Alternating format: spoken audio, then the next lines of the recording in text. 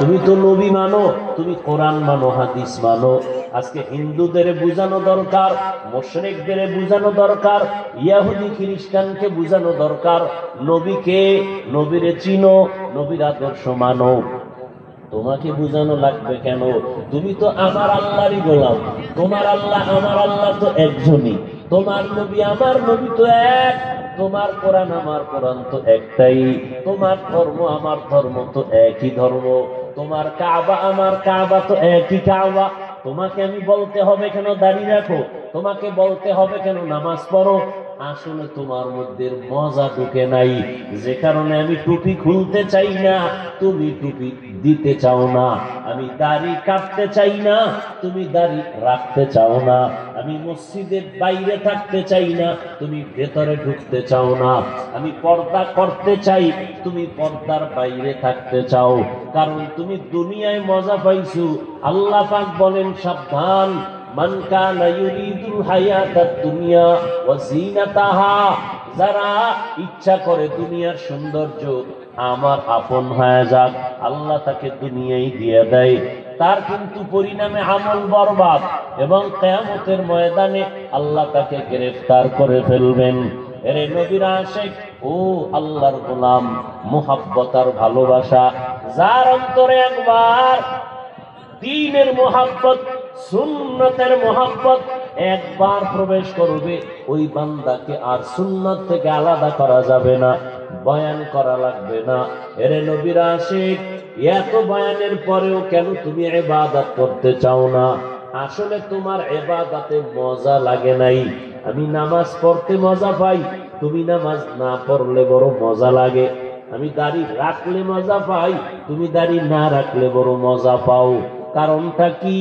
মানুষ হইছো, মুসলমানের ব্যানার লাগাইছো, আখিরি নবীর উম্মতের ব্যানার লাগাইছো, কিন্তু নবীকে চিনো নাই, আল্লাহকে এখনো পর্যন্ত চিনো নাই। যে চিনছে সে আল্লাহকে ধরে ফেলেছে, যে নবীকে চিনছে সুন্নতের মালা তার গলায় লাগায় দিছে, লাগানোর পরে এমন মজবুত হয়ে গেছে, মরতে রাজি, মদিনার সুন্নত ছাড়তে রাজি না। ওই যুবক আল্লাহর বান্দা ইবাদতে এত মজা পাইছে, এখন এই এলাকায় থাইকা মসজিদে গেলে ভাল লাগে না, বাইর হইলে আবার দুনিয়া, বাইর হইলে বেগানা, বের হইলে আবার গানের আওয়াজ। মনে মনে ভাবে এমন একটা জায়গা যদি পাইতাম যেখানে গান বাজনার আওয়াজ নাই, বেপর্দা বেগানার আড্ডা নাই, নির্বিঘ্নে শুধু আল্লাহকে ডাকবো। চিন্তা কইরা করে একটা জায়গা বাইর করছে, বাড়ির অদূরে একটা পাহাড়, ওই পাহাড়ের চূড়ায় গিয়ে আমি আল্লাহরে ডাকবো। ওখানে কোনো বেগানা যাবে না, খেয়াল করো, ওখানে কোনো গানের আওয়াজ যাবে না, ওই পাহাড়ের উঁচা পাহাড়ের চূড়ায় ওখানে কোনো বেগানা যাবে না, নাচ গান যাবে না, গানের আওয়াজ যাবে না। যুবক আল্লাহর বান্দা চিন্তা করে সিদ্ধান্ত নিয়ে পাহাড়ের চূড়ায় গেল, মাকে বলল, মা আমি আল্লাহর ডাকে সাড়া দিয়ে চলে গেলাম, তোমার সাথে মোলাকাত হবে কিনা জানি না, আমি আল্লাহর ইবাদতে রওনা। যুবক ওখানে চলে গেল, পাহাড়ের চূড়ায় ছোট্ট ডালপালা কেটে একটা সুন্দর একটা ভাঙ্গা ছোট ঘর উঠাইয়া ঝুপড়ি, ওখানে থাকে, আল্লাহর ইবাদত, খানার চিন্তা নাই, ঘুমের চিন্তা নাই, শুধু আল্লাহর ইবাদত। আল্লাহর মহব্বতে নামাজ পড়ে, সেজদা করে, জিকির করে, তসবিহ পড়ে। কিন্তু মা এদিকে ঘরে একা, ছেলেটা কোথায় গেল, কোন পাহাড়ে খবর নাই। কিন্তু মায়ের মনে মানায় না। কিছুদিন পরে মা পাগলনির মতো হলো, ছেলেটার চেহারাও তো দেখতে পারি না, ছেলে আসেও না, ওই এমন মজা পাইছে, এখন আর আমার কথা বোধহয় ওর মনেই নাই। ওর অন্তরে ঢুকছে মা বাবার থেকে আমার আল্লাহ বড়, আমার নবী বড়, আমার আল্লাহর মহব্বত এমন ভাবে ঢুকছে, মায়ের খবর নাই। মা সহ্য করতে না পারে একদিন, দুদিন, 3 দিন ভাবার পর সিদ্ধান্ত নিল, মা বুড়ি, বুড়া, বয়স অনেক হয়ে গেছে, চিন্তা ভাবনা করিয়া আমি যাব, ছেলে আসবে না, আমি একটা নজর দেখার জন্য যাব।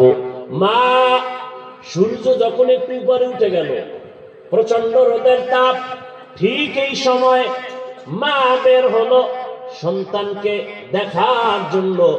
বুড়ি মহিলা একা একা হেঁটে হেঁটে পাহাড়ের নিচে গেল, উঠতে পারে না, শক্তি নাই। সন্তান ওখানে ইবাদতে নামাজে দাঁড়ানো। সন্তান, মা পাহাড়ের নিচে, সূর্যের গরম। নবীজি হাদিসে বলেন মহিলা কেমনে সন্তানের ডাকছে, সাহাবাদের নবী ইশারা দিয়া বুঝায় সূর্যের আলো, উপরে তাকাইলে সূর্যের আলো চোখে লাগে। মা হাতটাকে এভাবে রাইখা এরপরে সন্তানের ডাক দিছে, এই সন্তান, আমি তোর মা, পাহাড়ের নিচে আসছি, একটু আয়, তোকে আমাকে একটু দেখতে মনে চায়। সন্তান আওয়াজ শুনছে, কিন্তু এমন টাইমে মা ডাকছে যেই টাইমে সন্তান নামাজে দাঁড়ানো। সন্তান, মা একবার ডাক দিছে, আওয়াজ নাই, আবার ডাক দিছে, আওয়াজ নাই, আবার ডাক দিছে, আওয়াজ নাই। মা বলে একটু দেখা দে, আমি কষ্ট করে আসছি, সূর্যের গরম সহ্য করা যায় না। সন্তান চিন্তা করলো, আমি এখন তো মাওলার মোহাব্বতে নামাজে দাঁড়ানো নফল, এখন কি আমি মায়ের ডাকে সাড়া দিব নাকি আল্লাহর মোহাব্বতে নামাজ ধরে রাখবো? সিদ্ধান্ত নিয়ে কয় না, নামাজ ছাড়বো না। মা ডাকে আর না ডাক, আমি মার ডাকে সাড়া দিব না। মা দীর্ঘক্ষণ গরমে কষ্ট পাইয়া চুপচাপ আবার ঘরে চলে গেল। মনে মনে কয়, রে বাবা, মনের দুঃখ বুঝাইতে পারলাম না, একটা বার যদি দেখা দিতি আমার কলিজাটা ঠান্ডা হয়ে যেত। সন্তান আল্লাহর ইবাদতে দাঁড়ানো, ওই সন্তান তো জানে না মা যখন ডাক দিবে নফল নামাজ ছাইরা মায়ের ডাকে সাড়া দাও, কারণ মা তোমার কষ্ট জানো না পায়। মা যদি কষ্ট পাইয়া বরদোয়া করিয়াই ফেলে, তোমার জীবনের ইবাদত বরবাদ হয়ে যাবে। নফল নামাজে দাঁড়ানো আছো, মা ডাক দিলে তাড়াতাড়ি মায়ের ডাকে সাড়া দাও। সন্তান ডাকে সাড়া দেয় নাই, বাড়ি চলে গেল, না আর আসবো না। কিন্তু না, বাড়ি যাইয়া আবার মনটা পাগলনির মতো হয়ে গেল। সন্তানের না দেখলে ভালো লাগে না। মা আবার চিন্তা করে সিদ্ধান্ত নিল, আমি আর একবার সন্তানের কাছে যাব। ঠিক নিয়ত করিয়া রওনা, মা সন্তানকে দেখার জন্য আবার ঠিক ওই রোদের টাইমে হেঁটে হেঁটে পাহাড়ের চূড়ার নিচে গিয়া দাঁড়াইলো। পাহাড়ের পাদদেশে দাঁড়াইয়া এমন টাইমে ডাক দিছে, আগের মতো সন্তান আবার নামাজে দাঁড়ানো। মা চিৎকার দিয়া ডাক দিছে, বাবা, আমি মায়ের সাথে একটু মোলাকাত কর, দেখা কর। সন্তান আজও নামাজে দাঁড়ানো, চিন্তা করে আমার আম্মুর ডাকে সাড়া দিব নাকি নামাজ ছেড়ে দিব, না নামাজ ধরে রাখবো। সিদ্ধান্ত নিয়া মায়ের ডাকে সাড়া দেয় নাই, নামাজে বসে আছে। মা আজও কষ্ট পাইয়া বিমুখ হয়ে চলে আসলেন। দুইবার হলো, মা বলে আর যাব না, কিন্তু মনের মানানো যায় না। শেষ মা বলে আমি আর একবার যাই, এটাই আমার শেষ।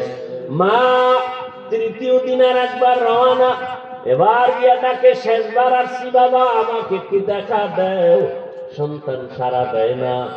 এতদিন 2 দিন মা কষ্ট পাইছে ঠিকই, সন্তানের জন্য খারাপ কিছু বলে নাই। আজকে কষ্ট পাইয়া যাওয়ার বেলায় মা একটু কি যেন বলেই ফেললো।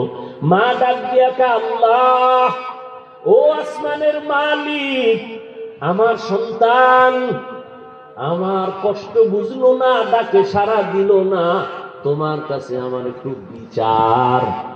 জিনাকারিনী বেশ্যা মহিলার চেহারা না দেখাইয়া ওরে মরণ দিও না।